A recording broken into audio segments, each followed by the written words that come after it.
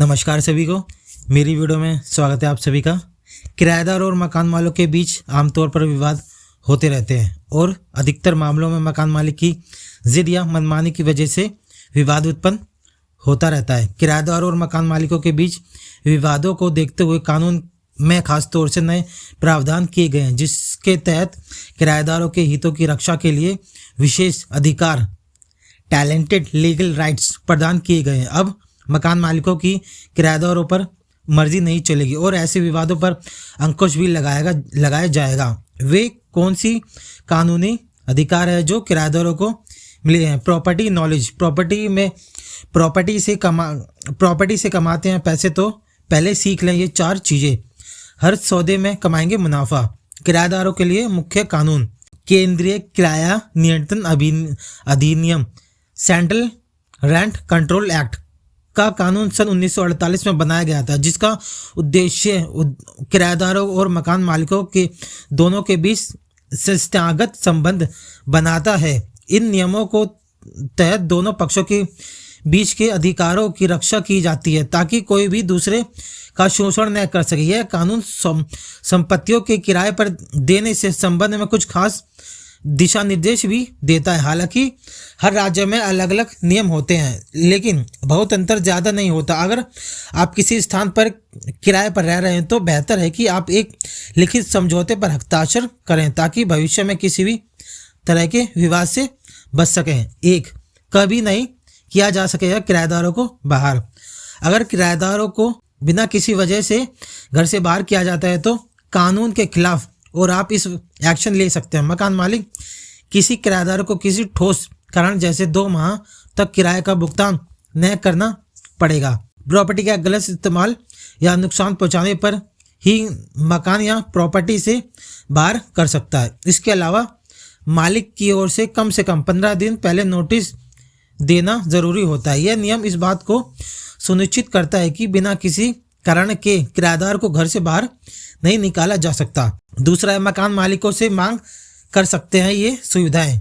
जब आप किसी किराए के घर में रहते हैं तो आपको कुछ ज़रूरी सुविधाएं की उम्मीद करनी चाहिए, जैसे कि पानी की सप्लाई, बिजली की सप्लाई, वाहन पार्किंग।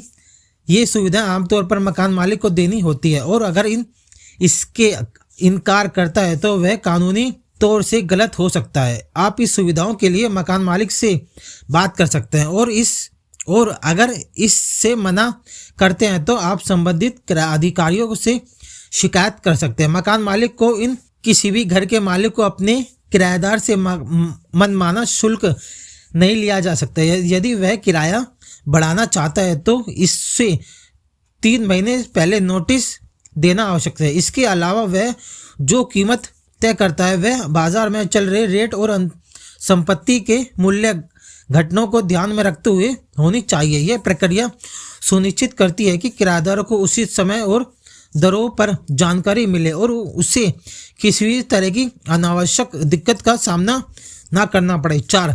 किराएदारों की मृत्यु होने पर परिवार को अधिकार। जब कोई व्यक्ति किराए पर रहता है और उसकी अचानक मृत्यु हो जाती है तो उसके परिवार को बिना कारण घर से बाहर नहीं निकाला जा सकता। मकान मालिक को अधिकार है कि वह मृतक किराएदार के परिवार से नया अनुबंध करे और घर में रहने की अनुमति दे यदि शेष अवधि अभी बची हो। यह नियम परिवार के सदस्यों को सुरक्षित प्रदान करता है और उन्हें असमय बाहर नहीं जाने देता। मकान मालिक और परिवार के बीच इस तरह के समझौते से सभी के अधिकारों को सुरक्षा मिलती है। 5वां, मकान की देखभाल और सुरक्षा राशि।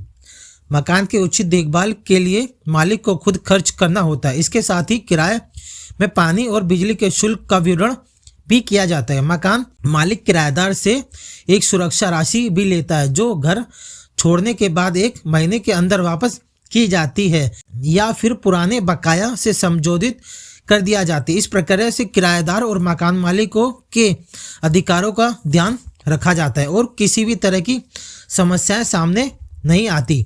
6, किराएदारों की निजता और सुरक्षा। जब किराएदार और मकान मालिक दोनों के बीच एक समझौता होता है तो मालिक को किराएदार के कमरे में बिना अनुमति के घुसने की अधिकार नहीं होता। मकान मालिक को किराएदारों को परेशान करने का हक नहीं होता। अगर किसी कारण से मालिक को किराएदारों के कमरे में जाने हो तो उसे पहले किराएदार से इजाजत लेनी होती है। यह नियम टेनेंट राइट इन लॉ दोनों पक्षों की सुरक्षा और शांति को बनाए रखने के लिए होता है। ये थे 6 कानून जो किराएदारों के लिए होते हैं। यदि आपको मेरी वीडियो अच्छी लगी हो तो चैनल को सब्सक्राइब कर सकते हैं और फ्यूचर अपडेट के लिए बेल आइकन दबा सकते हैं। धन्यवाद।